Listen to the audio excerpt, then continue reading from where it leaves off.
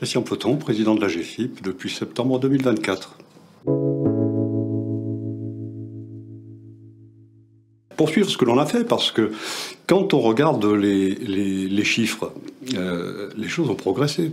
Alors elles ont progressé à plusieurs titres, elles ont d'autant plus progressé que le nombre de personnes reconnues handicapées est beaucoup plus important que celui de 2005. En fait, on a multiplié ce nombre par 3,5. Pour autant, on a réussi à intégrer en emploi ou à maintenir en emploi nombre de personnes. 1 200 000 personnes en emploi, en situation de handicap. Je pense que c'est une performance si on se réfère à 20 ans en arrière, où on était dans des nombres presque 3 fois inférieurs, ce qui est quand même une œuvre assez remarquable. On a aussi progressé sur un certain nombre de sujets. Bon, récemment, il y avait tout un débat sur l'apprentissage. Bon, l'apprentissage est quelque chose qui marche concernant les personnes en situation de handicap. Là aussi, on a multiplié les chiffres de manière assez importante et de mémoire, mais je préfère le vérifier. On doit être à 25 000 personnes en situation de handicap en apprentissage, chiffre jamais atteint. Néanmoins, le taux de chômage, s'il a régressé de manière assez substantielle, puisque de 17% en 2005 à 12% aujourd'hui, on voit bien que la réduction est assez spectaculaire, mais l'écart avec, j'allais dire, le pourcentage tout public reste conséquent, puisque, à l'inverse, nous sommes à 7% tout public.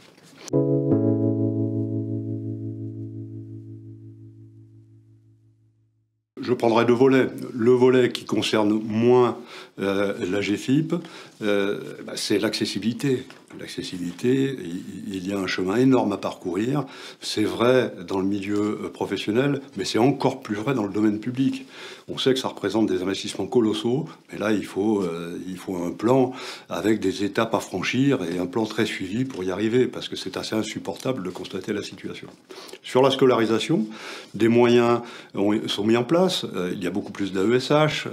Je vois bien qu'à la fois les grandes écoles, les universités elles-mêmes sont investies dans des missions handicap, mais nous n'arrivons pas encore à extraire du milieu de l'éducation suffisamment de personnes bien formées, alors même qu'il y a des opportunités.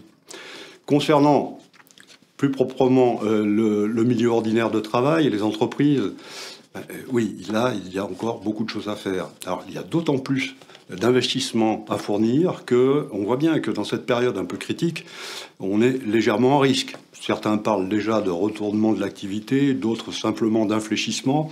On ne sait pas ce que demain sera. Le contexte international crée un petit peu d'appréhension.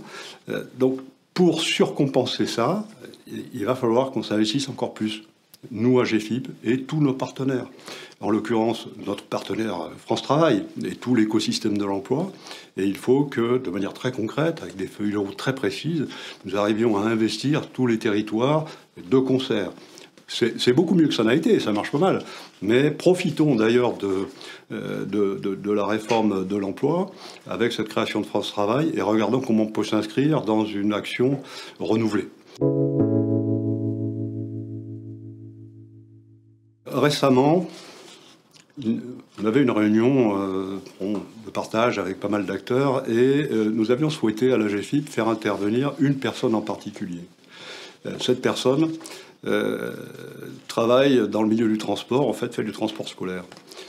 Il était en reconversion après un licenciement économique, malheureusement, mais porteur de handicap, c'était assez compliqué, d'autant plus que son souhait était de travailler dans le transport. Et on voit bien les difficultés qu'il y a à accéder à ce type d'emploi, dont très souvent on dit que ça n'est pas possible.